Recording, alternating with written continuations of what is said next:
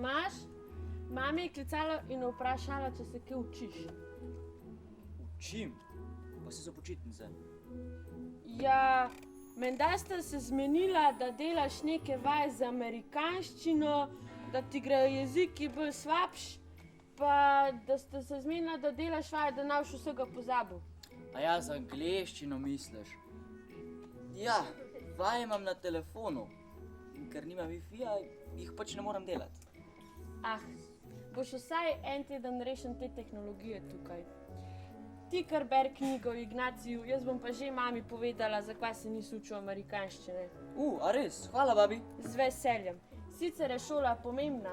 Veš, v mojih cajtih to ni bilo samoumevno, ampak umetnost pa je, da si znaš porazdeliti čas, še posebej med poletjem.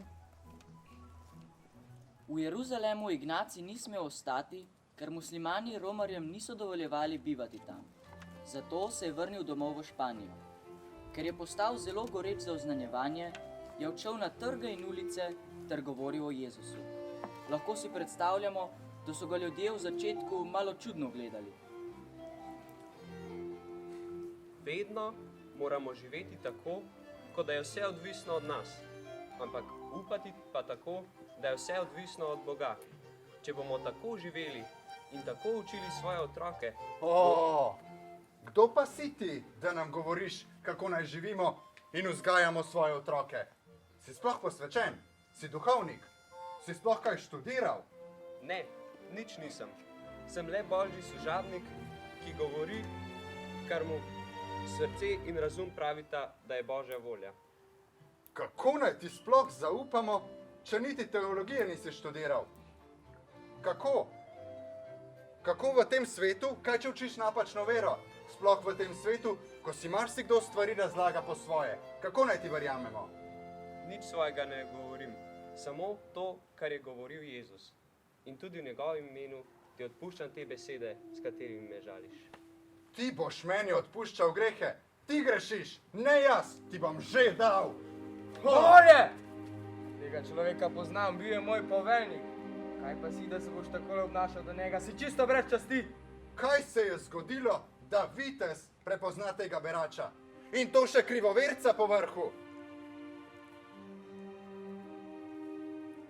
Njegove besede so dobre, resnično. Ignacij želi samo pomagati čim več ljudem, da bi se lažje osvobodili grehov in bolj srečno živeli. On je svet človek. Za take, kot so ti, je bila ustanovljena inkvizicija, cerkveno sodišče za preverjanje hudega nauka. Razumem vaše skrbi in verjamem, da ste v dvomih, ampak tudi sam vem, kako to hudo je. Ampak te duhovne vaje, ki jih učite, to ni kaj dobrega. Resnično so mi pomagale najti pot nazaj do Boga.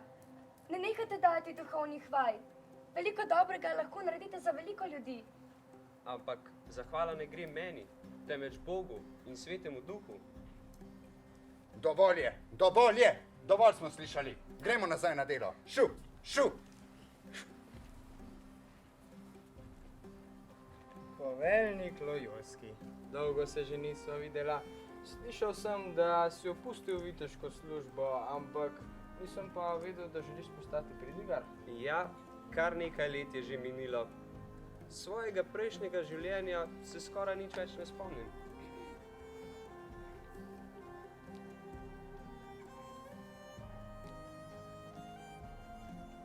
Bi vzel mojo čelado. Po današnjem dnevu se mi zdi, da boš ti bolj pretreboval kot jaz.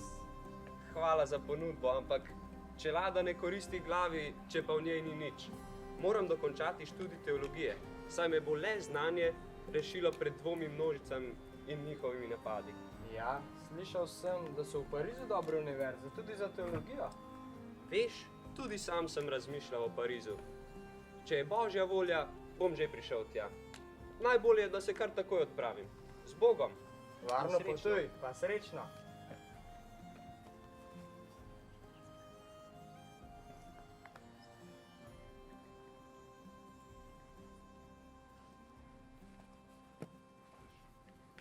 Ignacij je več tednov potoval, da je prišel v Francijo.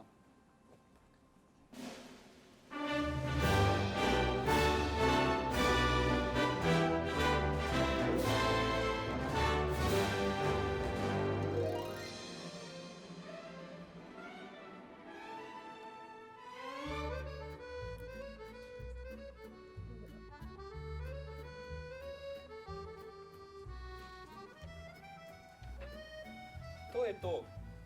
Tukaj bom preživel nekaj naslednjih let. Vi ste Ignacij Lojolski? Dobrodošli. Kar usedete se na prosti sedež in se poskusite vključiti v predavanje. Bonjour. Kar izvoli. Jaz sem Peter, me veseli. Pozdravljeni, Ignacij iz Lojole. Če obrnete na stran 346, lahko preberemo znane besede. Panem nostrum quotidianum da nobis hodie. Je kdo tu, ki bi mi znal prevesti to poved iz latinščine? Morda vi, gospod Lojolski, da vidim vaše znanje. A jaz? Se upravičujem, ampak ko smo imeli urjenje za viteze, nisem ravno poslušal latinščine. Bolj sem se fokusiral na mečevanje in jahanje, ampak bodite brez skrbi, tudi v latinščino se bom poglobil. No, dobro. Ker je ravno vaš prvi dan, razumem. Vendar naslednjič bodite pripravljeni. Gospod Ksaver, bi vi poskusili? Panem nostrum quotidianum da nobis hodie, to pomeni, daj nam danes naš vsakdanji kruh. To je iz molitve Oče naš. Tako je. Dobro, Frančišek. Le tako naprej. To bo za danes vse. Lahko greste. No, saj boš videl. Prvi dni je vedno težko. Vse je novo. Ti si torej Ignacij iz Lojole. Jaz sem Frančišek Ksaver, iz rodu Ksaver. Kaj pa ti? Povej nam kaj o sebi. Kaj pa naj vam povem? Zadnjih nekaj let sem v življenju iskal smisel. Sprva sem mislil, da bom izbral viteško življenje, da bom slaven. In to se ni najbolje šlo, kajti moj ponos me je skoraj pripeljal v smrt. A potem tvoje šipanje izhaja od tam? Da, zadela me je topovska krogla, ampak Bogu sem hvaležen za to preizkušnjo. Kaj? Bogu si hvaležen za to, da ti je skoraj odstrelil nogo. Kako pa to? Tako je. Nekoč sem ranocelnika prosil, naj mi to nogo še enkrat polomi, ker se je grdo zacelila.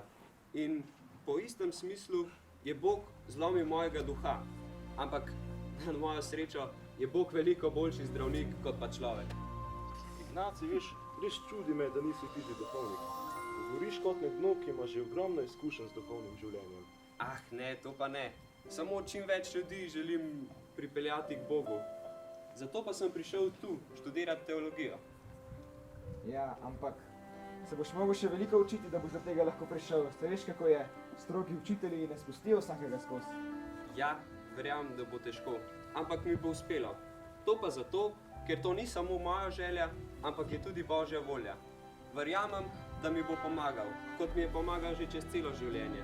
Od čudežnega preživetja v bitki, ob boleznih, lakoti, na poti po morju. Verjamem, da če Bog želi, da mi bo uspelo. Veš, tudi jaz ti bom pomagal. Hvala, Frančišek, zagotovo mi bo prišla prav pomoč. No, vidiš, kako Bog poskrbi, da se vse dobro izide. No, da. Wow, teli pa šole niso vzeli za šalo. Ampak vesel sem, da je tudi Ignacij imel težave z jeziki, tako kot jaz z angleščino. To pomeni, da se ta problem da premagati. Tako zate kot za Ignacija je šola pomembna in jo moraš dokončati. Veš, pomisel, saj jaz vem, da se ti zdi včasih brezvezna, ampak pomisel, kako stranski pogrešil vse sošolci in učitelje, ker ste imeli pa celo leto šolo nadaljavo. Takrat bi bil prvi v šoli, a ne? Ja, imaš prav, babi. Čeprav je šola težka in zahtevna, imam res dobre sošolce in sošolke, najboljše prijatelje, ki so mi vedno pripravljeni priskočiti na pomoč. Sploh ne vem, kaj bi brez njih. Ej, veš kaj, grem jih zdajle poklicati, da se malo slišimo, pa da vidim, kaj delajo na oratoriju. Ti kar, Tomaž.